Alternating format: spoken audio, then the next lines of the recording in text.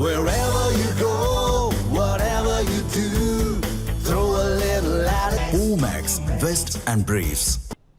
திமுகவால் தான் சட்டசபை தேர்தலில் தான் போட்டியிட முடியாத நிலை ஏற்பட்டதாக கட்சி நிர்வாகிகளிடம் திருமாவளவன் வருத்தப்பட்டதாக தகவல் வெளியாகியுள்ளது. தமிழக சட்டசபை தேர்தலில் திமுக கூட்டணியில் விசிகவிற்கு 8 தொகுதிகள் ஒதுக்கப்பட்ட நிலையில் காட்டுமன்னார்கோவில் தொகுதியில் போட்டியிடுவதாக திருமாவளவன் அறிவித்தார். மாநில அரசியலில் கவனம் செலுத்தவிருந்த திருமாவளவனின் முடிவை திமுக தலைமை ஏற்காததால் கடைசி நேரத்தில் தேர்தலில் போட்டியிடவில்லை என கூறி காங்கிரஸ் கட்சியை சேர்ந்த ஜோதிமணி என்பவரை வேட்பாளராக அறிவித்தார். தேர்தலுக்கு பின்னர் தாவேகா ஆட்சி அமைக்க ஆதரவளித்த விசிக அமைச்சரவையில் இடம்பெற்றுள்ள நிலையில் தேர்தலில் போட்டியிடுவது என்ற முடிவை மாற்றி இருக்கக்கூடாது என கட்சி நிர்வாகிகளிடம் திருமாவளவன் வருத்தப்பட்டதாக தகவல் வெளியாகியுள்ளது.